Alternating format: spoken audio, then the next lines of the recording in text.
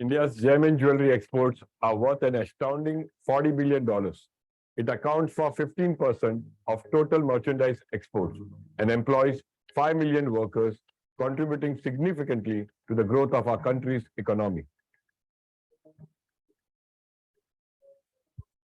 I'm proud to say that favorable trade reforms and policies have accelerated industry's growth. Through close collaboration with the government, the GJEPC has played a significant role in facilitating these trade-friendly policies. Infrastructure capabilities are critical for taking trade to the next level. Council is committed to developing and strengthening infrastructure as well as exploring new ways. The Council has launched a number of initiatives to promote India's manufacturing, product engineering, and design capabilities around the world. And these initiatives have met with resounding success.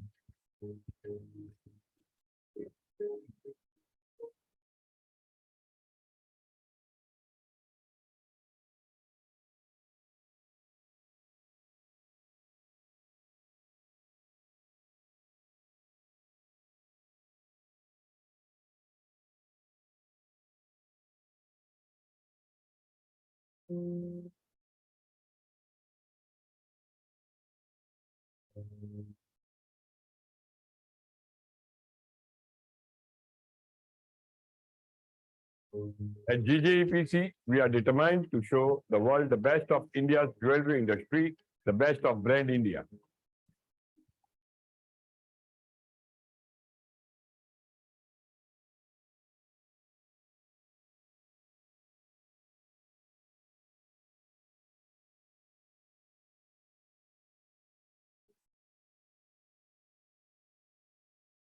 Council has launched a number of design initiatives in order to establish India as a premier destination for cutting-edge jewelry design.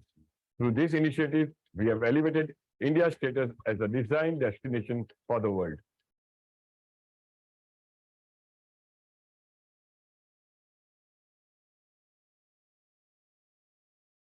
The Council currently represents over 9,000 members across the country. Our priority has always been to promote industry growth and development. The Council is committed to ensure that India remains the preferred source for quality gems and jewelry. We are constantly striving to enable every individual associated with the Indian gems and jewelry industry to achieve their full potential.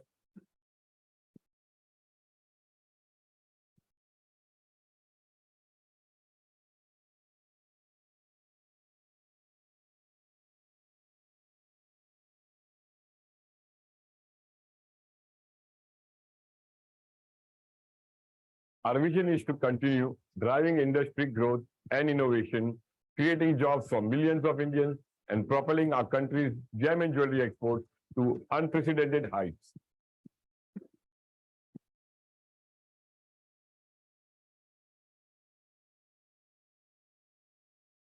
Our goal is to increase gem and jewelry exports from $40 billion to $75 billion, while also creating 2 million additional jobs in the country and significantly increasing our contribution to the nation's GDP.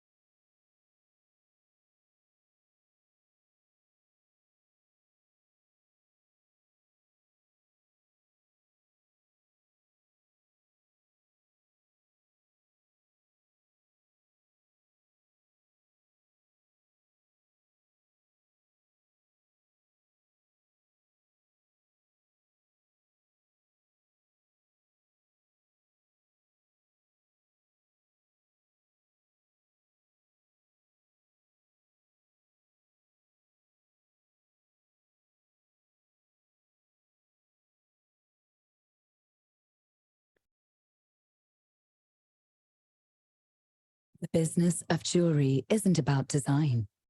It's about design thinking.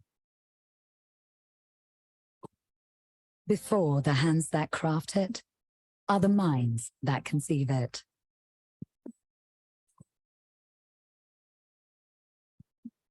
It isn't about playing to the whims of a woman, but about meeting the demands of hard-nosed men. It's not about designing exquisite pieces for the evolving customer, but about designing an evolved customer experience. It's not how two stones talk to each other, but how well business partners understand each other. It's where the skill of creating one unique masterpiece meets the ability to deliver a million. It goes beyond the mastery of hand and eye to the precision of cutting-edge technology. Jewelry today isn't about clinging to the past, but drawing inspiration from it and creating for the future. No one understands this better than India. India, the world's gem and jewelry destination.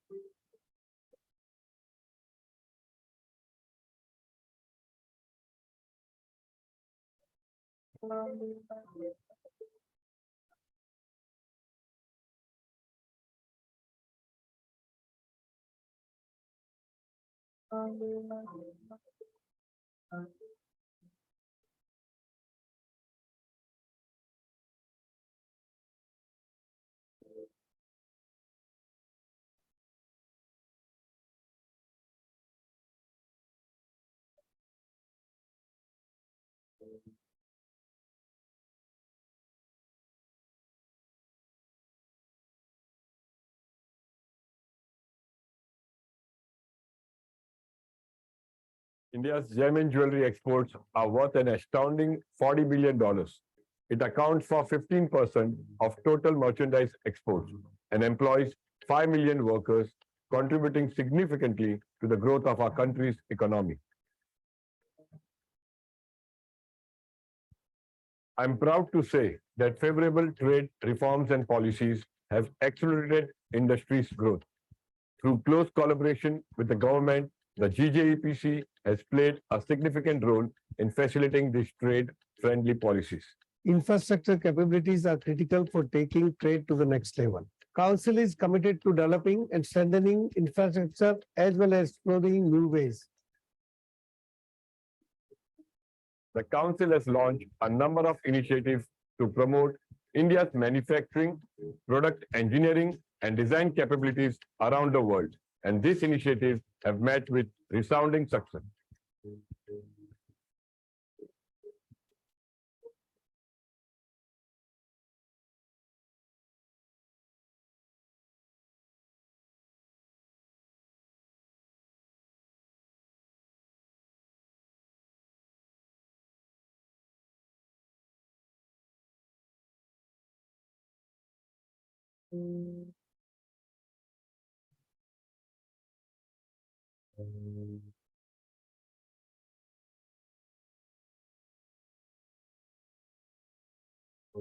At GJEPC, we are determined to show the world the best of India's jewelry industry, the best of brand India.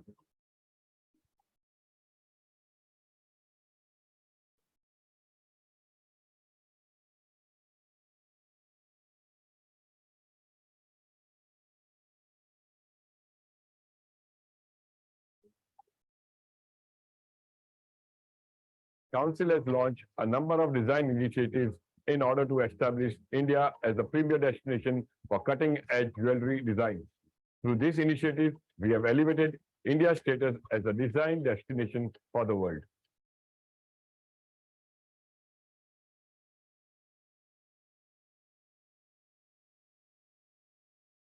The council currently represents over 9,000 members across the country. Our priority has always been to promote industry growth and development. The council is committed to ensure that India remains the preferred source for quality gems and jewelry. We are constantly striving to enable every individual associated with the Indian gems and jewelry industry to achieve their full potential.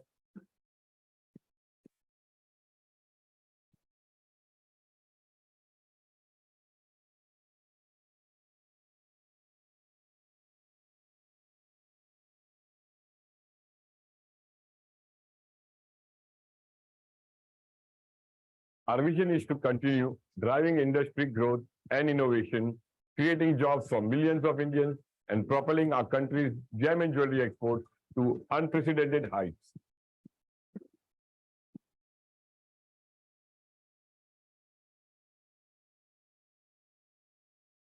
Our goal is to increase gem and jewelry exports from $40 billion to $75 billion, while also creating 2 million additional jobs in the country and significantly increasing our contribution to the nation's GDP.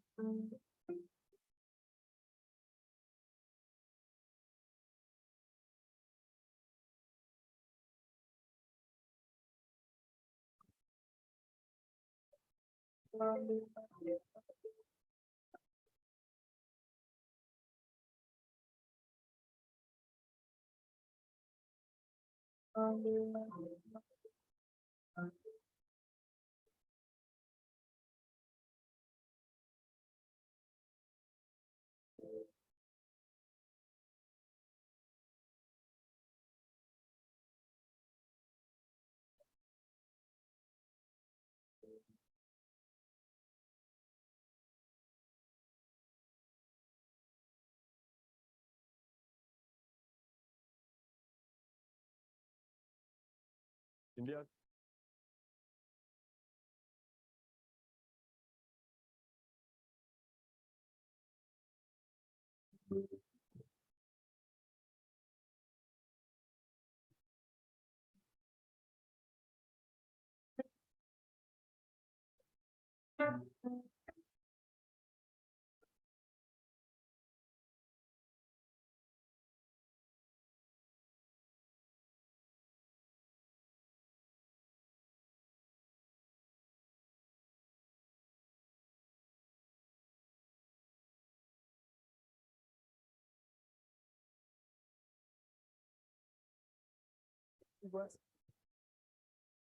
Come.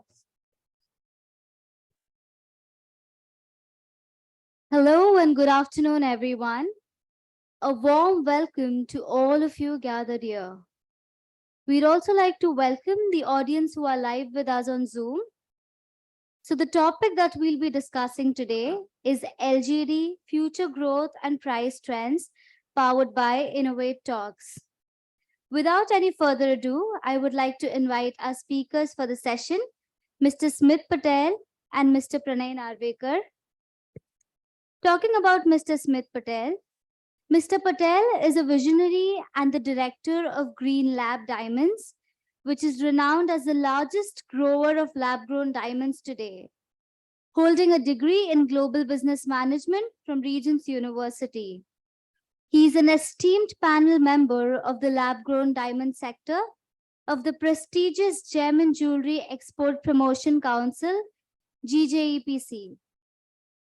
As a third-generation diamond heir, Mr. Patel comes from a family with a rich history in diamond manufacturing and exporting spanning over 50 years.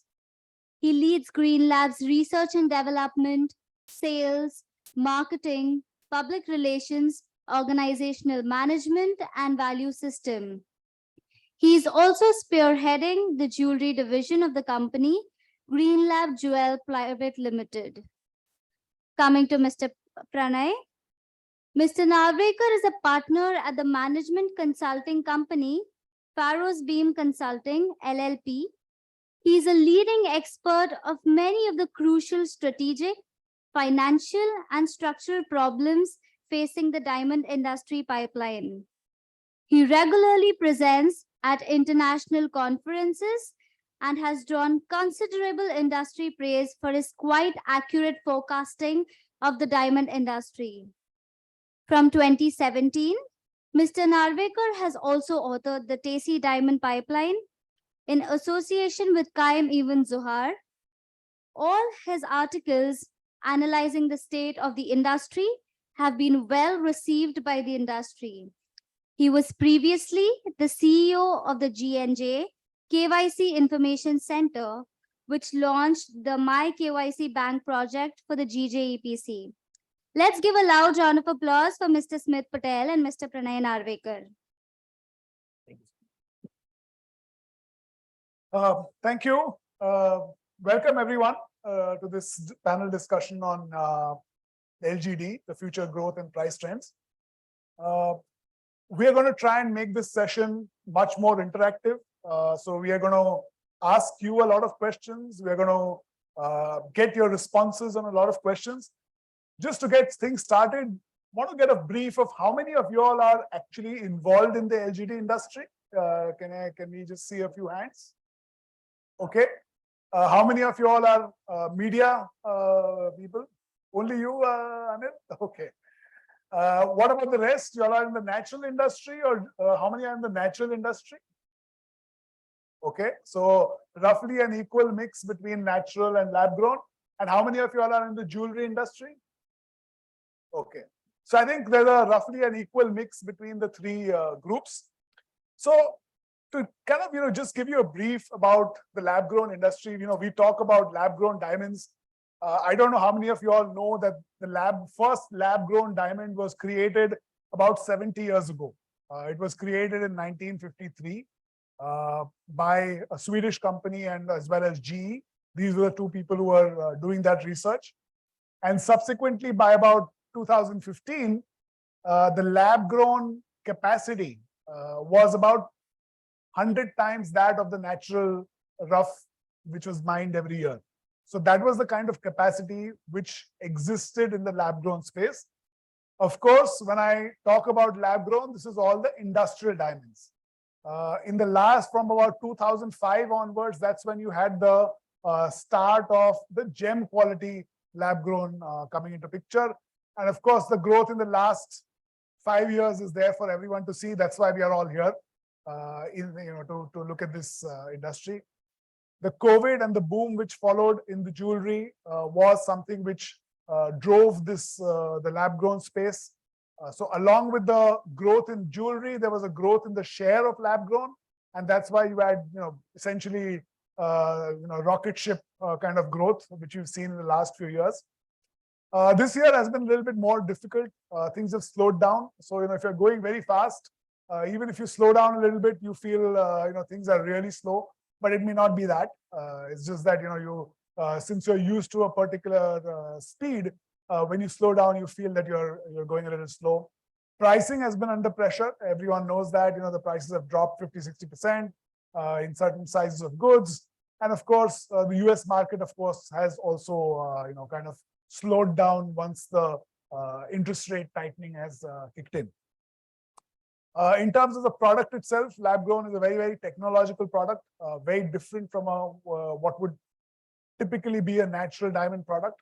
And it's something which is there to stay. And here, I'll give it to Smit and understand their journey, and then we'll come back to you. Yeah. Go ahead, Smit. Perfect example, perfect point to start with. So I'm going to tell you a story about why we got into lab grown diamonds. It might sound like a PR story, but it is actually what happened. My grandfather has been cutting and polishing diamonds since he was a kid. Like, the typical story of him coming from the village with nothing, starting his own cutting polishing unit, bringing us to where we are. And the only thing he knows is diamonds. We showed him lab grown diamonds around 6 years ago. The first time I saw lab grown diamonds for my life, we gave the parcel to him. He's like, "What do you think of this?" He's like, "Yeah, it's an amazing diamond." I was like, no, it's different. Can you identify it? He's like, "Dude, it's a diamond. What are you? I've been cutting this. I know this is a diamond." So that's when we decided to switch overnight. We literally completely sold our stock. So put our eggs in one basket, took the risk, got a lot of backlash from the whole this thing. But now, even White House is having a lab grown by Green Lab Diamonds in Surat. So from India, it has reached the White House. So this product is definitely here to stay, and it is not, it's not a short-term bubble we have invested in. It is a long-term vision, and we are happy to support partners who want to work with us with that long-term vision. Right. So, Smit, let me ask you about you named yourself Green Labs, right? There's this whole debate which is going on about the sustainability angle of lab grown diamonds, etc. We don't have the natural side, so I'll not get into that debate because that's never ending. But why did you go in for that name? And because almost if I go to that section there, almost every second company is calling itself green. Okay. Last month, we produced more electricity using solar and wind than we actually consumed. And I had to sell it for 2 rupees to the government. So we are not, I would not say like we are carbon neutral, I would say we are negative. And that vision was there since we started the company, because there's a lot of greenwashing that happens. You cannot just assume that everything is green because it's lab, it's not mine. There is no comparison. You actually have to take those efforts. And it's not only about solar and wind. There are 16 sustainability points. Sure. The way you treat your employees is also a way of sustainability. So that whole package is what we aim for since the start. how are we going to be different was the first question when we opened up this company, and the vision was there from that time. So let me put this question to the audience. How many of y'all, y'all are dealing with customers? Is the green credentials of lab-grown diamonds, are they really something which consumers look for, or is it something which we are doing as an industry? What's, there's a yes or a no. There's no maybe answer. So I'd like to see some hands. How many feel that yes, the consumers are looking for green credentials of lab-grown items?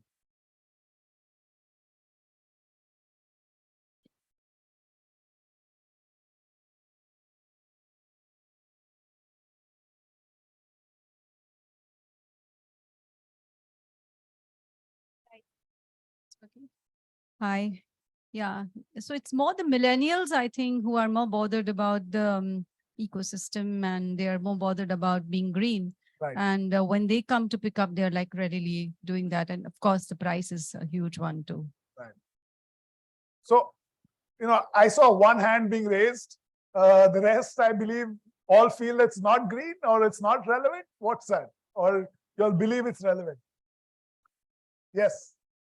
Yeah, I think we are a long way off from reaching this message to the Can you use the consumers. mic, please? See, this has not actually reached the consumers. I mean, the fact that the lab-grown diamonds are as real as the mined diamonds, it hasn't actually reached at the consumer level. We are a long way We're from that. talking about the green credentials of diamonds or of lab-grown diamonds. Talking about that. Right. I'm talking about that. Okay, so the characteristics of a lab-grown diamond is yet to be, we have to reach it across properly.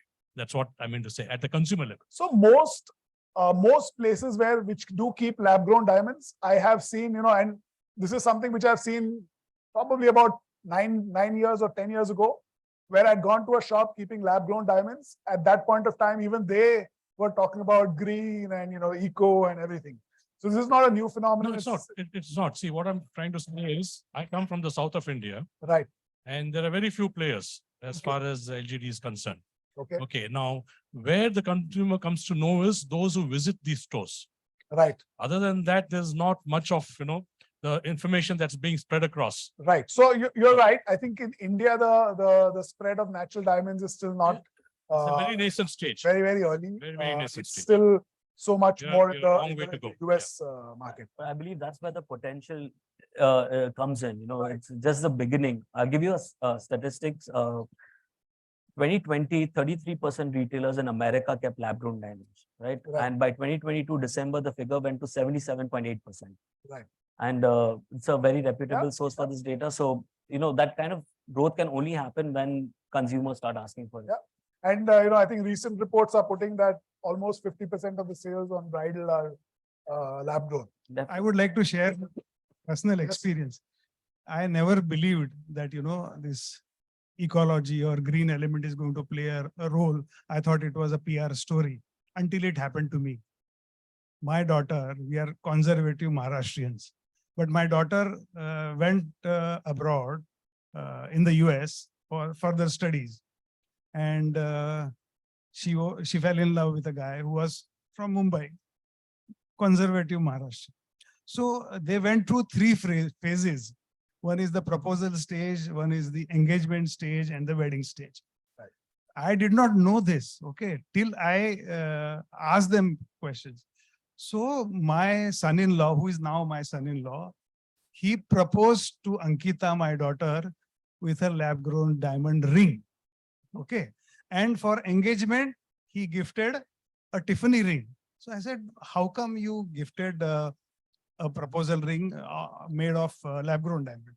So he told me that Ankita is very sensitive about the nature, and she is enthusiastic about protection of wildlife, and she's trying to make the world a better place. She's trying to contribute. So I had never believed all this till it happened to me. And believe me, while we spoke about a lab-grown diamond, a Tiffany ring, and for the wedding, Mangal Sutra was bought from Vaman Haripet. Absolutely. So, you bring an interesting point where what you're suggesting is that the lab grown is a kind of a stepping stone before people move into naturals for, as they mature, then they move into naturals pieces. I'd actually add to that. Right. I genuinely believe, that was my conception, that we are going to create a new category of people who will buy. That is true to a certain point. Mhm. The first people that actually moved in and who are buying our products are people who have already been buying diamonds. They Right. understand what they are buying. So they know what color is, what is the purity. They know, they understand the feel of the diamond. And they are the ones who converted to this product faster than anything Yeah. else. So the traditional, if I go back 5 years, the traditional wisdom was that lab-grown diamonds will come in more in the fashion space, Yeah. the lower price point fashion jewelry. But we are here today, and it's pretty much bridal all the way. Yeah. So the other question which I had for you, Smit, Yeah. was that we are at 50% of bridal. Right. How much more are you going to grow? How much more do you think it will grow there? Or how do you see the growth going forward of this industry? Because there are only so many weddings and so many. Right. Yes, of course, you mentioned other markets. That's a fair point. I mean, a diamond is for everyone, right? Yeah. So that's what we are going to aim for. Of course, we are going to promote it as much as its own product. It is a Right. lab-grown diamond. It's a beautiful product. When a consumer walks into the retail store, I don't know, you guys have more experience than me in that space, but I'm sure the green, the certification was all second. First thing they have to say is, wow, they like that product. Once they say, wow, they like that product, the other things will just follow. Right. So lab-grown has a capacity to do that wow factor for like different creativity. The creativity is endless.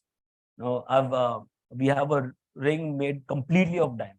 Yep. Without using zero gold. It's a ring with size 6 US ring, fully done. And that was never thought about before.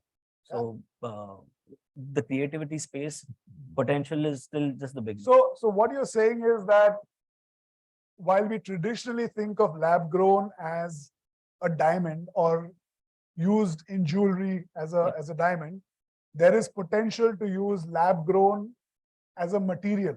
Definitely. And then experiment and I mean, use. It has the same properties, right? Sure. So it shines amazingly. It has the same refractive index. It is the same hardness. But not the same price. That's the only differentiator, Yeah. right? That is the only differentiator. No, but that then allows you to experiment, because if you're with a natural diamond, it's always, I need the best yield. I have to get the maximum out of it, because otherwise you're losing money. Here, when that factor becomes less of a concern, you can actually experiment with Right. other shapes, jewelry, Definitely. other stuff which you can do with diamonds, like you mentioned, a diamond ring. Right. I think a few years back, if I remember right, the Apple designer had also come out that I think there was probably Diamond Foundry or someone, one of these guys had come out with a diamond ring.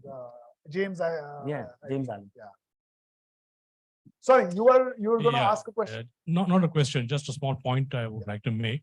That we are going to be launching a lab-grown diamond jewelry brand, okay, and down south. The fact remains that we are at a stage where from the consumer standpoint, 8 out of 10 consumers do not even know what lab-grown diamonds are. When you talk about lab-grown, they say, what is it? We know diamonds. But thanks to him and thanks to Modi ji, they should. Thanks to Modi ji, thanks to the finance minister. She announced it in the budget also. But we are a long way from the industry's point of view. I think there's a lot of more work to be done to spread the message of across at the consumer level. Like That's my even point. we as DJPC are trying our best to find ways how can we promote this product on its That's own what is required. without pulling down anyone else. There is not this versus that. It is. Let's talk about it as only lab-grown diamond. I remember 4 years ago I used to be abused when I spoke about lab-grown diamonds, and we have come a long way since then. And there's still a long way to go. And we'll take our steps to make sure that promotion of this product happens. The other, I think you raised an interesting point about brands and lab grown. Till now, if you see most of, at least in the US, a lot of the lab grown diamonds are sold still by the smaller jewelers. They don't really have a brand per se. How do you see that space evolving? Will brand become more important, or do you think diamonds will sell on its own steam, or how do you see that? When you talk about jewelry, it is just mainly the creativity that talks. No matter if a major does it, if a small boutique does it, it is what you have that's going to sell. Right. Right. And lab-grown on its own, the best conversion to a customer happens when the jeweler is upfront about their products as well. I'm just going to add that statement in the middle, because when someone walks in, you tell them, okay, yeah, this is gold, this is silver, this is lab-grown, this is mine diamonds, this is platinum. They gain that trust instantly. Instead of feeling like, oh, this is your budget, rather than buying this, why don't I show something from behind? That doesn't work. The best conversion happens when you are upfront to the customer about what you are selling. And that kind of transparency will actually help in building. So whether it be a major or a boutique, it is still going to the same policy. Yeah. I think the one question which this brings to mind is, in the we all know how the prices have evolved over the last 1 year, almost 50-60% drop. Some categories, the larger sizes probably even more. How do you see retailers reacting to this? Because for the retailer, this would mean if the price of the product has dropped by half, it would mean less revenue. So what has your experience been on how retailers have reacted to this, especially in the US? No, I've seen retailers 10xing as well. Sorry? I've seen retailers 10 timing the price as well. Right. So at the consumer level, it has not really changed. It is just the internal market that is playing so around with. that's, see, retailers typically react after one season. Right. Because they're very hesitant No, I'm to change talking any price. I'm talking to you since the past 3-4 years. Yeah. I have that, it might have changed a little bit, but even on, like, for example, New York 47th Street is one of where the diamond, everyone I think must have heard about it. On that street, they'll fight for me for $5, but they'll sell it for 3,000. They'll buy 350 car from me, but they'll still fight for $5 plus minus, and they'll sell it for 3,500 right on that street as well. So it is not about, it is the product that sells in the end. It is how you have, again, I'll come back to that, how creatively have you displayed it. Right. It all matters, and it boils down to that. The good thing is the consumers are ready to pay that little extra. Now the prices are such that they don't really want to push. They're asking for that quality now. So that's my experience, at least. Right. I just want to make a small point. Yeah. See, branding and pricing are interrelated. You look at the jewelry industry per se. Tanishq always commands a premium, and a lot of people have a grouse. Arey, usko mil raha hai, mujhe nahi mil raha hai. So they don't really appreciate. So I think a lot of us have gone through and visited so many booths. I can challenge you, if you ask anybody, tell me 10 brand names of the exhibitors. They won't be able to. Very tongue twisters brand, So if you invest in a brand, you will get higher. Star, Green Star. No, some of the names I can't pronounce also. The spellings are also very funny. So there is no story. And what is a brand? Brand is basically a name which has a story. So everybody has a story in mind, but they are not able to communicate to the trade or to the consumer. So again, I think, Anil, the audience which are, the people here are essentially in the B2B space. Very few brands or, very few names which are here in this are in the B2C space. And that's where the brands become really important, because that's where the communication is happening. That's where people are willing to pay the premium. At the B2B space, unless you are displaying it with your name, so, if it's saying this is a Green Lab diamond, that's when, the branding is percolating down up to the retail consumer. So, maybe the choice is not a perfect. You have a point there. But see, the basic purpose of branding, whether you are B2B or B2C, is to differentiate your product. Yeah. Name is a big differentiator. Agar aapka naam hi main pronounce nahi kar pata hu, so what the whole thing is all about. Right. So, you are a manufacturer. You are one of the largest manufacturers as well. Prices are down 60%. And I think almost everyone here would like to know from you, what's going to happen in the next 1 year? So the cumulative drop that happened was expected by us also. We knew. Okay. Like, whenever we made a banking strategy or whatever, we knew that what the prices would come down to. But that drop can certain sizes I'm talking about, that drop cannot happen in that rate anymore. There is no Okay. room for that. No, the after growing production capacity or the technology is still the same. Right. The amazing skilled labor, which even China has never been able to capture, is the cutting and polishing industry of Surat, of Gujarat, of India. No one else has tried to, take that away from us. And they've tried, but never been able to do it. And that skill is valuable. It Right. costs as well. So, there's a certain thing attached to it which cannot go more bottom than this. Right. Right. When the price was happening, we took an order at a certain value from someone, a major in America, and they asked for 2,000 studs of the same program. I wasn't growing that same size. Right. I had to buy from the market. But when I went to actually go and buy, everyone kept saying, itna mein dunga. But when I actually went and buy, it wasn't there. Right. So it is not like, of course, 1, 2 stones, so any price will be able to Sure. find. But now I think on a larger level, a lot more consistency will be seen year on now. So let's before we get further into the discussion, I want to do a quick poll. Okay. How many of you believe that in the next 1 year, if you're talking about IIJS 2024, what is your view on the prices? So let's start from rock bottom. That's saying, okay, in the next 1 year, how many believe that prices will be down by more than 50%? Okay, so that I see about 5% or so hands, 5-7%. How many believe that the price of the diamond will be down by, let's say 30 to 50%? Similar number, so only about 5% believe that in the next 1 year, prices will be down by about 30 to 50%. Okay. How many believe the prices will be down by 10 to 30%?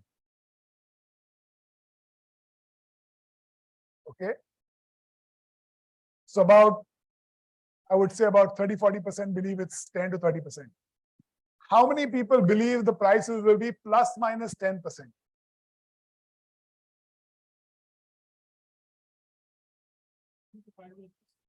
No, I'm saying in the next 1 year. I will probably put up my hand on that one. And how many people believe that the price will be more than 10%? Okay.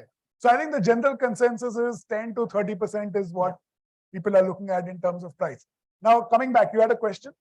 Hi, just wanted to understand the total price I would mechanism suggest and if the you can structure. also introduce yourselves before you all ask your question. My name is Prashant Surana, and we are Please exposed sit. we're exposed into diamond as well as the CVD industry. Right. Without getting into more details about me, I wanted to hit the topic by saying that we were here to understand more about price mechanism. Currently, Rappaport is the base of calculating prices, and which is why in our own heads, we keep saying that it has reached the bottom, because we've seen the transition reach from 60 to 97, 98, and 99. And so therefore, we feel now where will it go? It cannot go 101% of the price. Do you see an alternative structure coming up in these coming times, or do you see that there is going to be another way of expressing prices? This is the first part of my question. We had a roundtable discussion with all the some people from different verticals related to lab-grown, and this was the first topic. How do we move away from that Rappaport structure? Because we don't need it. Rappaport has nothing to do with lab-grown diamonds, because it has the way he prices it is by looking at data from mine diamonds, like what the demand is, what the rough supply prices are. Example, and he has no data on lab-grown diamonds. So why are we basing our prices on that? That was in the early days. It was easy. It was better, to just do that, because people understood that mechanism already, in the B2B space. I think it also gave a price elevation in many ways. It made people more comfortable with the price. Perception was definitely there. But now, like smaller goods, for example, are going dollar rate.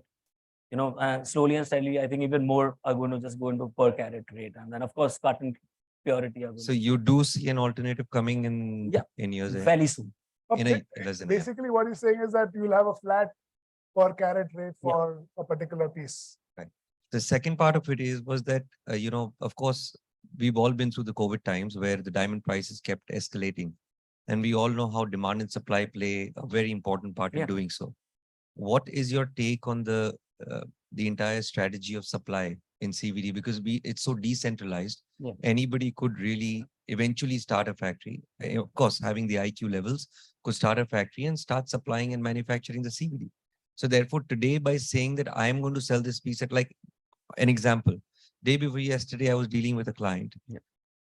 I quoted him 25 lakhs for a CVD, which was 12 carats. And there was somebody else who could just sell it off for 20 lakhs. And today he questioned me on the table that either become my buyer or be a seller to me. And I didn't have a comeback for it. Now, that is a problem that I'll never face in diamond per se. But in CVD, we're facing that every day while we're trying to meet the end consumer. So what's your take on that as well, when there's going to be no limit to supply?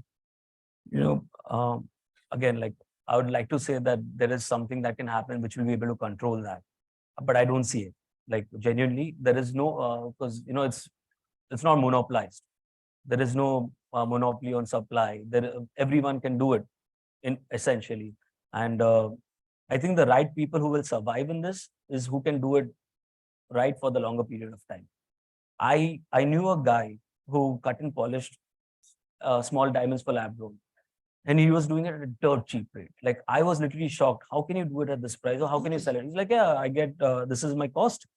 I take a few percentage on that. And Friday I do pagar, Monday I start again. I was like, what happens when one payment goes bust? Or something happens to you? Today he's shocked. One thing happens, someone didn't pay him on time. He couldn't pay his employees because he was not working with anything. There was no balance. Those short-term people are still going to come in this industry for a little while. But I think the people who are survival will be able to do the right thing, right cuts, right calls consistently. Like I said, there was an order from a major, and I had to buy from the market at higher prices than what I was selling at. Because once you build that relation, you need to make sure that you supply them the right goods. Just for everyone's benefit, probably I'll just spend 5 minutes after the session gets over because Sure, I've got some more opinions on that. So No, but- sure. yeah. So I think there's the other, when you referred to RapNet and the prices, right? A related question is about the quality specifications. Yeah. Natural diamond, you have all the colors starting from D, and you have your quality starting from IF, BBS 1, 2, etc. Is it really relevant in the lab grown space? Or is it any relevant anymore? Okay. How do you see this going forward in the next few years? The cut matters because that's The cut matters. I'm not talking about the cut. I'm Right. talking about the color. Size is, of course, there for everyone to see. More specifically, the color and clarity. Is it really going to remain a huge differentiator? Because if it's a D or a F, as a lay person, I'm not going to be able to figure it out. And most technology is there at that, But, level. that thing we said for even mine diamonds, like the natural So diamond. in mine diamonds, the price of the diamond is higher, and hence the difference, even if I say it's a 5% jump, Yeah. it becomes a substantial jump. Right. Now, if you're talking about $350 or below Yeah. per carat, then automatically that difference becomes very, very negligible. So will it then justify and be what's the future of certification? So I believe the certification is, when we speak, we know a lot about this industry. So it becomes easy for us to think that, oh, it can be done without it. Just giving you an example. But when a consumer who's buying something, a product from you guys, they feel that sense of certificate we have, and they understand this product. So I think certification is here to stay. But isn't that also restricting lab-grown diamonds? Because then you are automatically saying, I'm giving you a certificate compared to a diamond, and you're kind of tying your hands to the natural diamond industry. It's not about that. It's about familiarity of what they've been doing. So yeah, of course, it's a complete different space, right? But it's still it's the same. Right. We cannot like just overnight create something or a way of doing something which has been existing. Yeah, I understand. So- But that's why I understand why you've been doing it, and I fully agree with that. But Can the question is going forward, is that something which is really sustainable? So if you're paying like $20 or whatever for a certificate for a 1 carat, then at some point it's going to be a little tight. I personally would want it to stay There's a lot of benefits. The standards are there. People can understand cuts. So I wanted to Okay. say personally, but that's just my Right. Yeah. What is the general opinion? Let me take another quick poll. Can I ask a question? Yes, please. Who is this? Since we were talking about price, I'd like to speak on that. Yes, please. I wanted to know, how do you all price your LGD? As in, is it on a discount to the natural, that model, or do you all take a cost plus model? Yeah, so I think I mentioned this before as well. We've been using the same metrics of Rappaport for till now. I would wanted to change it, and it's changed for some smaller sizes. To be honest, like 1 carat below, I don't think we are talking about bags anymore or Rappaport discounts anymore. I want that to happen for the whole range of products. Sooner or later, I think it'll happen, and it'll be just a flat rate for different cuts and different sizes, definitely. Okay, another one. Now this is not related to anything that we have spoken about yet, but what I understand is electricity and power is one of a major cost of production. Yeah. So that's why you all have gone solar, and it is cheaper, and a lot of people may be doing it in the industry. Is anybody thinking of maybe going outsourcing production to countries where electricity is cheap?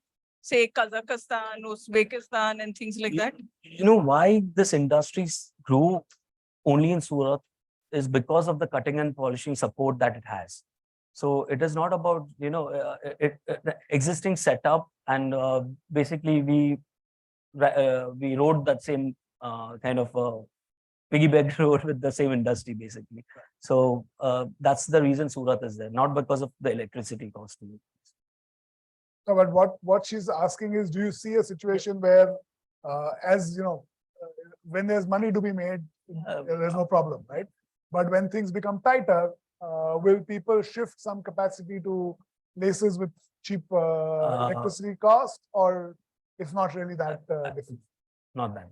Right. Honestly, like the pros of being in a city like Surat where you get everything around it is way higher than Right. and that's my calculation. Of course, everyone has their opinion. Yes. I had a question. So what percent of the cost is going to the cutting? Typically, if you take a 1 carat diamond. So when you speak that the sizes matter a lot in Yeah, that. that's why I said let's talk about Yeah. a 1 carat diamond. Yeah. Okay. So roughly, what percentage would be the cost of Right now, polishing? according to the market prices, I think 50-50. Right. I had a My question here. over the head.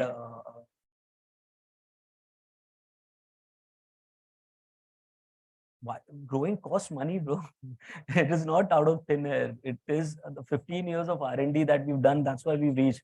And people when they talk about technologies already happened so much, it is not overnight. It has been since 15 years, and those small improvements we have done are through thousands of hours of research and development. It's not that easy that tomorrow it cannot become just zero. So let me rephrase that question. What from the current price, okay, if the market tanks, right? Where do you see the floor? Because that's, I think, probably the question which people. Why would I want to talk about that also? No, I'm being honest.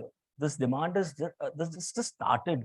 Modi ji has given this tone to the White House and told the world about lab-grown diamonds. Yes. So it is just the beginning. Don't think about, will we have enough supply? I'll ask my company. Yes.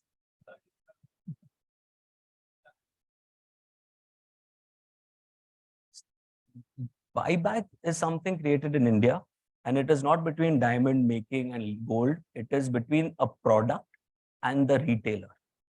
The retailer name goes away from there. Again, that is a myth created by retailers and their consumers for a product. You sell a card for 1 lakh, tomorrow you tell them, I'll buy that card back for you from 1 lakh rupees. You can do that. But as soon as you get it, that card is worth 10 rupees. As soon as you are out of the equation or your trust is out of the equation, that card has no value. But it is a value that is created by you.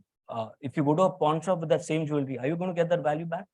Not the same, but like maybe 10% down, I mean, 20% down. you're also right. 20% down. If someone you find the right buyer who can enjoy that product of yours, you'll be able to sell it. But if you don't, you bought a tennis bracelet today, you don't like it. Today you found someone who likes it. He'll pay the value for it. But if you don't have someone to buy it, then you won't get the value for it. No, I mean, like for all gemstones, even like emeralds, rubies, there is a certain buyback associated, or there is some value associated. Would you see that with CBD as well I've in the seen future? people doing that. There are policies that are developed by companies out here who do buyback as well, right? A certain percentage, a certain cutback, whatever it is, they'll do that, and because they know the percentage of buyback is less than 2% for every store, less than 2% for every store. So if I'm wrong, please correct me. I had a question here. Yes. Yeah. Expert on market sizing of diamond. What is the size of lab grown today in India, not globally? And what do you expect it to be for the next 3 years down the line? And with regards to your question on pricing of the raw material polished diamonds, lab grown, it's a consumer tendency to look at some reference point. And as Rappaport has become a reference point, shifting from there to a per carat is going to be a very tough thing from a retail perspective. From a manufacturer, just like De Beers sells at whatever price they feel like, you can do so. But a consumer will still look at a benchmark at a retail level, and that will still be a challenge on the market sizing. The market size or the size of the physical stones? No, size of the domestic consumption of lab-grown diamond jewelry in India today and 3 years down the line. So domestic consumption currently is still very, very nascent, as everyone has said. It's almost, there are people who do it, but they're kind of on the fringes. So 500, 5,000, 1,000 crores, kitna hai? Oh, no, not even that much. I would probably put it at about 500 crores currently. I think in India, of course, it will grow because it's just so small and the overall Actually, market is much larger than that figure. Okay. Definitely much larger than the figure. No, But I'm putting myself as a reference point, and I'm calling myself. I'm talking about the wholesale right now. No, I'm talking probably about would be- retail. So retail would be probably 2-3 times that, definitely. What is your take on that? What's your the take? number? I would 4 times your figure, at Right. least. Okay. Yeah. Okay. So, So if a jewelry e-com is about 5,000, 6,000 crores, this is still reasonably significant Yeah. within such a short span. yeah, definitely. And it's kind of it's a replica of what happened in America. It started off slowly, but once it started, it just clicked. Yeah, but the America example is very different because. Yeah, but I'm just saying we are late to follow that, but we are going to follow the similar trend. And what do you expect 3 years down the line? It's 2000 today. So what would be 3 years? I mean, for us personally, we have had a 400% year-on-year growth as a company. No. So You're the expert in the lab grown today. right. So what is your perception or what is your estimate of jewelry consumption? Honestly, it all depends on all of you who are sitting here. Definitely. The biggest marketeers of this product is the jewelers, because once they understand it, they have the confidence to explain it to the consumers. That is the best channel. See, it is going to grow exponentially at some point of time. When will it happen? 2 years down the line or 4 years down the line? It's a question mark. And it's all, like somebody rightly said, consumers are not aware. Yeah. And the retailer does not want to tell. Yeah, they want to avoid as far as possible. This is frank inputs, Yes. right? So as and when it gets picked up, it's going to move exponentially. But assuming that it moves exponential, what will it be? 20% of mined diamond market in India? Yeah, let's say that. Because I'll be assuming as well. So in the US, it's I think currently about 19% or so. Probably will move up a few percent this year. So yeah, I mean, you will see if you are saying that it's going to follow a similar trajectory, you should be looking at a 15% kind of market share. Yeah, so this is I've always wondered this, if you can just clarify for me. So about what I've heard is around more than 50% is the cost of production is basically energy, right? So and energy in your case is a fixed cost. It's a capital expenditure that you're doing, right? So in terms of the life of a solar panel, it's about 25, 30 years roughly, right? And the break even they say is around like 8 to 9 years, right? So once you've kind of, and I'm kind of putting this at the current electricity prices that you say you can break even in 8 to 9 years. So once you've done that, right, then what kind of prevents you or any other manufacturer to just crash the market? Because, you've recovered your capital cost. Gujarat has one of the, I would actually say, worst solar policy there is. There's 1.5 rupees banking charge per unit. There's 11, there's wheeling charge, wheeling cost, transmission charge, transmission cost. Then there is operation management of the solar plant and the lease of land, right? Technically, even 7 years is a very good number. I hope we reach there, but I don't see it. And, it's like saying, if I invested something, I have invested my capital for that solar plant. It has not been free. So if I don't know how to take value out of it, then you shouldn't do business one. If someone decides to do that after 7 years, if it becomes cheaper and make it pass this thing along, then they'll probably not last long in this industry. But isn't that like one of the barriers that, once that cost goes away? That can be said for anything. That can be said for anything. When you mine a diamond, you don't know what size is coming out. The cost is the same, but no one asks you like, oh, ye thoda महंगा क्यों, ये क्यों excavator to same use किया था. It's that is a different story. I personally don't think it'll reach there.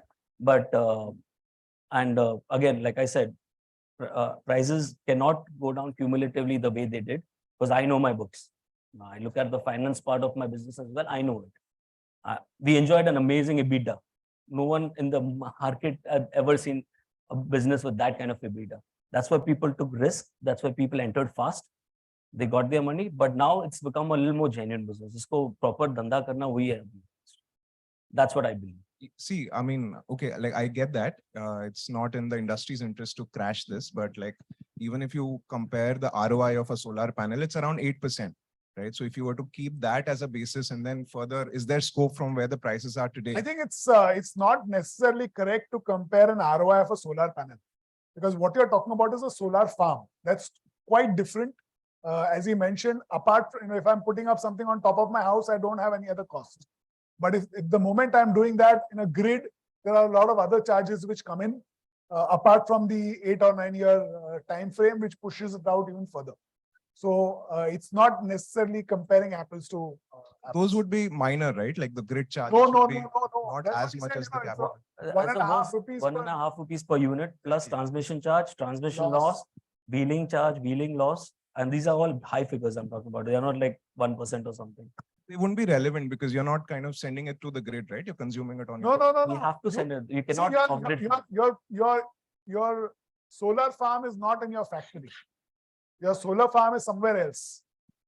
All those costs have to be paid to ensure that that electricity comes to you. So it's not something which I've just put it on top of and I don't pay those costs. I would have, the way the EBITDAs and all, I would have been much better off if I didn't invest in the solar, honestly. And I'll show you my papers if you want to. You can sit one-on-one and I can show you. There are some questions here. We have deviated from the topic there. There's someone there. Yes. Hello. Yes, please go ahead. Yes, I am a wholesaler from Punjab. I am looking to enter to the LGD industry. So I did some research with the retailers. They are not keeping the ready stock of LGD, but they are making it available on demand if someone asks for it. So I asked them, why are you not keeping the ready stock? They were like, it will devalue their natural diamond stock. They will have to open separate exclusive LGD stores for this purpose. What's your take on that?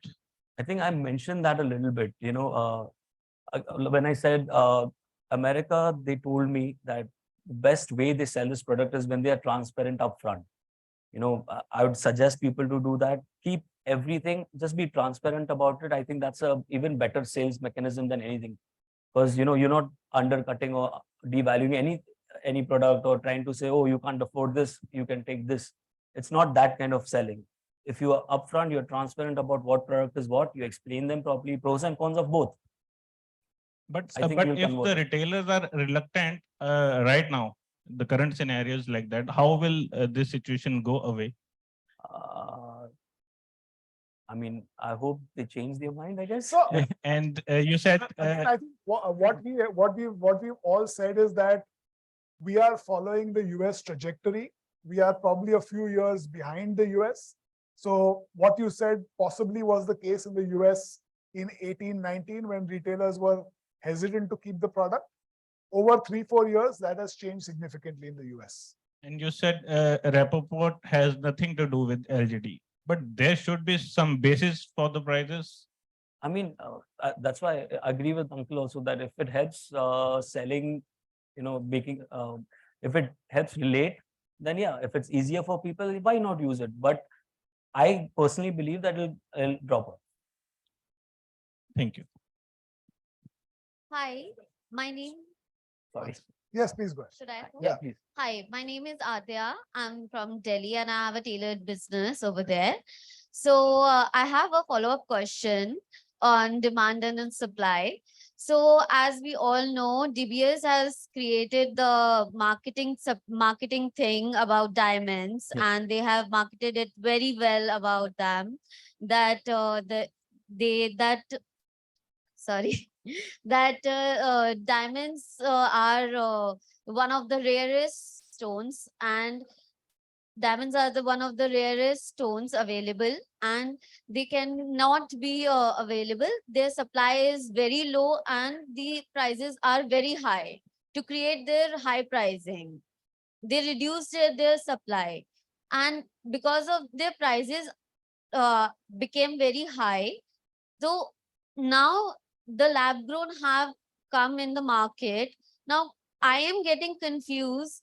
Everybody is creating lab grown in their factories in Surat. Some are importing them from Russia, some are importing them from Canada, some are making in-house in Surat. Everybody is gonna control their supply? Natural diamond abhi bhi supply control ho rahi hai pricing mein, but lab grown में तो price control supply control हो ही नहीं रही है। 6 महीने पहले तक lab grown का प्राइस 16,000 रुपए पर कैरेट था, आज 8,000 रुपए पर कैरेट हो गया है। मुझे भी लेना। मतलब लिटरली मैं देख रही हूँ और समझ नहीं आ रहा है कि इतना डिफरेंस कैसे आता जा रहा है, और नेचुरल का प्राइस बढ़ता जा रहा है। नेचुरल में फैंसी में साइजेस नहीं मिल रहे हैं। एज अ डिजाइनर आप डिजाइन तो कर लेते हो, आपको कैलिब्रेटेड साइजेस नहीं मिलते हैं, आपको कलर क्लैरिटीज नहीं मिलती है जब आप ढूंढने जाते हो। तो where should we go? Lab grown ले लो। लैब ग्रोन ले लो, but being a GIA certified geologist, prices तो अगर सप्लाई कंट्रोल नहीं होगी, आज प्राइसेस जा रहे हैं तो फिर कल को उसकी वैल्यू रह जाएगी। I got married 6 years ago. I got engaged 6 years ago. So I gifted I was a natural industry trade वाला प्राइस मिला मुझे। वो मुझे सेम, मैं बिल के साथ दिखा दूंगा, वो सेम प्राइस मेरे को लाके दिखाओ। सेम प्राइस मैंने जो प्राइस में खरीदा वो प्राइस लाके बता दूंगा, और वो जो डिफरेंस मिलेगा ना उसमें आपको लैब ग्रोन भी मिल जाएगा। There is no issue about that. I totally understand, but every day जो prices इतना गिर रहा है। Let me ask you. जब इतना क्वेश्चन करते हैं ना, and being a newcomer and a young person, and I'm not from this industry, my family is a textile business, right? So मेरे लिए बहुत difficult हो जाता है honestly. Being a girl, being a newcomer, तो बहुत चीजें face करनी पड़ती है honestly. तो हर तरफ से जब क्वेश्चंस होते हैं ना कि आपको इधर से डायमंड वाला भी पूछ लेता है, उधर से कस्टमर भी पूछ लेता है, सब क्वेश्चन कर लेते हैं, तो बहुत तरफ से जवाब देने में बहुत मुश्किल होती है, trust me. No, like I've mentioned earlier also, I think when I spoke about price, I understand that cumulative draw that happened was unbelievable. It was, and it was expected, actually, not unbelievable. I would change my words. I would say it was expected. It cannot happen in the same. Can I shorten the conversation? So you can, he raised his hand for 10 to 30%. Yeah. So that's the kind of, you're not going to get more than that. And I did that because the size wasn't mentioned. So, Sir, abhi tak to, talking from the retailer's point of view, कि अभी तक diamond की भी cell हो रही थी, तो cell के पीछे एक रीजन था कि उसकी एक बायबैक होती थी। हाँ, customer was buying the diamonds कि उसमें एक इन्वेस्टमेंट वैल्यू है कि हाँ चलो कल को अगर कुछ बेचेंगे तो वापस कुछ मिलेगा। अब लैब ग्रोन में तो अभी कुछ बायबैक का सीन है, मतलब कोई रिटेलर ऑफर ही नहीं कर सकते कि आज उसने 100 रुपए का हीरा बेचा है, कल को उसकी कॉस्टिंग ही 50 रुपए आ रही है, तो वापस वो खरीदेगा क्या हिसाब से? मतलब और कस्टमर को भी एक वैल्यू इन्वेस्टमेंट के हिसाब से प्रोपोजिशन हो रहा था।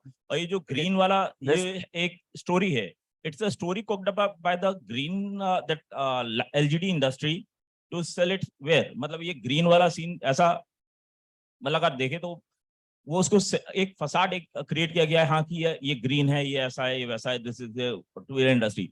अभी तक ग्रीन वाला समझ में नहीं आ रहा था हीरा बेचने के लिए, अब एकदम से ग्रीन वाले एकदम फसाड सामने खड़ा कर दिया कि साहब ये ग्रीन है।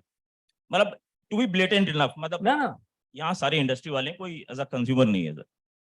तो इट्स वो उसको सेटअप किया गया, nobody is buying the green. वो एक स्टोरी हमने पुट अप कर दी, हाँ हमको अपना ये वेयर अपना LGD बेचना है, तो सब ये ग्रीन है, ये एनवायरमेंट फ्रेंडली है। अभी तक सबको एनवायरमेंट की एकदम से फिक्र आके स्टार्ट हो गई, पहले नहीं आ रही थी। Whatever heads sell, right? हाँ, और सर अगर what I foresee, अभी we are मतलब 7 generation ज्वेलर्स अभी, तो अभी पहले हम लोग बर्मीज मानक बेचा करते थे, करूल मानक आया, इट हैज कैनिबलाइज्ड द बर्मीज मानक। पर्ल हम लोग पहले बेचते थे, पर्ल कैसे क्या कॉस्टिंग आती थी, अब सब नेचुरल पर्ल्स का वो जैसे कल्चर्ड पर्ल्स आ गए, it has cannibalized that pearls market. What I foresee कि ये नेचुरल डायमंड को भी ये LGD कैनिबलाइज आगे कर देगा, और इट विल ये हो सकता है, मैट बी रॉन्ग, इस लेवल पे आ जाए कि शायद सोरोस्की को भी वो कैनिबलाइज कर ले कि हाँ जब इस प्राइस पे अब मेरे को LGD मिल रहा है तो वाई हम सोरोस्की लगाएं, हम white dot Swarovski started lab grown diamond. Yeah, no, I know. नहीं प्राइस पॉइंट की बात से उन लोग ने lab grown diamond चालू किया। They have a lab grown diamond Swarovski से तो बेटर इसकी डायमंड की तो क्वालिटी है भाई, हार्डनेस ऑफ 10 है और नहीं, सारी ऑप्टिकल एंड सारी प्रॉपर्टीज Swarovski है। ने भी लैब ग्रोन डायमंड की लाइन लॉन्च की है। सो इसकी सीजन उन्होंने lab grown यूज किया, खुद यूज किया। They call it Swarovski created diamonds. So it's a lab grown उन्होंने brand. शायद 5 साल पहले लॉन्च किया था। हाँ, ओके, वो जब इतना प्राइसेस करे नीचे चलते चले आ रहे हैं, तो क्या रिटेलर इन्वेस्टमेंट वैल्यू ऑफर करेगा और कैसे देगा? पर रिटेलर हैज बीन अगर हाँ चलो इसको ले जाओगे, खरीदते हैं ना, अगर ये इन्वेस्टमेंट सोच के तो उनको बंद कर देना चाहिए खरीदना। इन्वेस्टमेंट करना तो है म्यूचुअल में फंड सही है, right? This is gold has some, always been sold as an investment value, मतलब like gold properly is yes, gold is something complete different beauty things. value, LGD cannot be sold without the gold. When person walks into the store to see your product, the first thing that sells it is the wow fact. They look at it, they like it, they want to buy, right? My gym trainer has bought 2 stones, one for his sister, then he bought one for his mother, right? And the beauty factor is there, वो buying factor उस पर रहता है, but एक in the hint side एक investment factor भी होता है कि हाँ चलो एक इन्वेस्टमेंट भी कर रहे हैं। बायबैक नहीं होगा, I think won't take off, and retailers are hesitant to मतलब invest their money into it. if you're a retailer, for example, give your consumers buyback, especially when the buyback figure is less than 2%. If you cannot sustain that kind of model, then I don't know, like you shouldn't be able to, handle the retail store anyways. Yeah, I'm sure. So many but companies they're offering at the own cost, at the own peril, but होगा देखा जाएगा। Whatever I understand, most of the buybacks are at whatever is the price of the day, just like in diamond.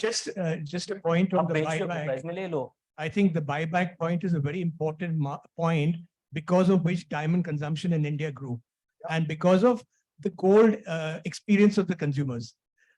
But a point that you raise and what jewelers and retailers are not realizing, who's giving the buyback? The manufacturer doesn't give the buyback. The retailer takes the risk based on that 2% or 5% buyback expectation over the last 5 years or 7 years experience. So the same thing, if some brand of lab-grown diamond has the guts to say, I will buy back. In fact, there is some brands which are offering it. Everyone is. So they're already offering, some brands are already offering a buyback on the lab-grown diamond at the relevant price as of the date of buyback. So you're fully covered in terms of risk. Yeah. All right, I think we are running short of time. Any one last question or something? Wow. Smit bhai, good evening. Hi, I good just have a evening. quick question for you. So, as we all know, the lab-grown education is already at a very low stage in India. But there are many people advocating that you should buy CVD instead of HPHT. We are confusing the clients and the consumers even more now when the education is also less. So I just want your thoughts on that. And a quick second question is that we talk about all the cutting and polishing happening in Surat. But I've heard rumors that there are machines now which do cut and polishing and faceting. When that comes into play, where does the industry go? So machines have been there of cutting and polishing as well, but there's only a certain kind of things it can do up till a certain point, and that research has been going on since before even CVD was founded. So it is not something people have not explored or used, but I'm the happiest when I go into that cutting and polishing room and I see those skilled workers. That's Right. that's the best place. So do you think robotics will take over the skilled workers? It shouldn't. It shouldn't. I mean, look, any technology can be can say threaten jobs. Okay. But And your views on HPHT and CVD? see, if you're asking Green Lab wise, I'm a CVD guy, right? Because we only grow, we cut and polish CVD only. CVD only. And but yeah, as when I speak from GJBC point of view, yeah, both in coexist. I mean, it did for so many I mean, years. ideally, I would say if you're a retailer selling LGD, you should not be confusing your clients at all. consumer with LG, HPHT, CVD. Absolutely. They are both technologies. If the person comes to you with that question, Correct. they are both technologies. One of those technologies is what is produced. But the reason I'll speak as like a panel, Yes. one of the reason Modi ji gave that stone is to promote The whole industry India, as a whole. Yeah. the Made in industry as a India. whole, and made in India. Made in India. Absolutely. Right. So that was very good because he's a visionary who saw that this will benefit so many verticals Absolutely. and so many people, and there was no dependency on. Yeah, it's a great opportunity in India as a whole. Exactly. Thank you. Thanks. Good, thank you. I think I Anil think bhai we are wanted to. done. We are around here. We can have a chat. Actually, I have to go to Nesco as well. So Oh, okay. Sorry. He also has to leave, so I think we'll make it. Thank you, everyone. Thank you, Mr. Patel and Mr. Narvekar.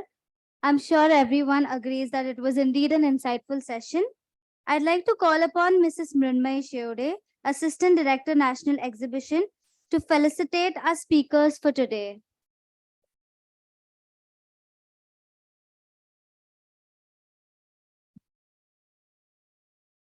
Please. Hi.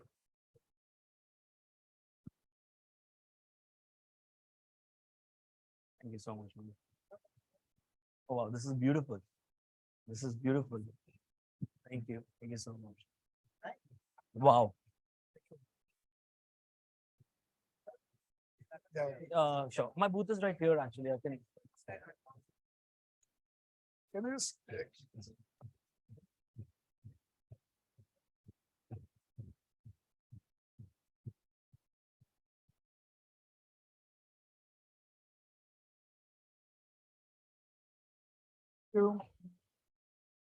Thank you, Smit. Thank you so much. You were brilliant. Because like I heard about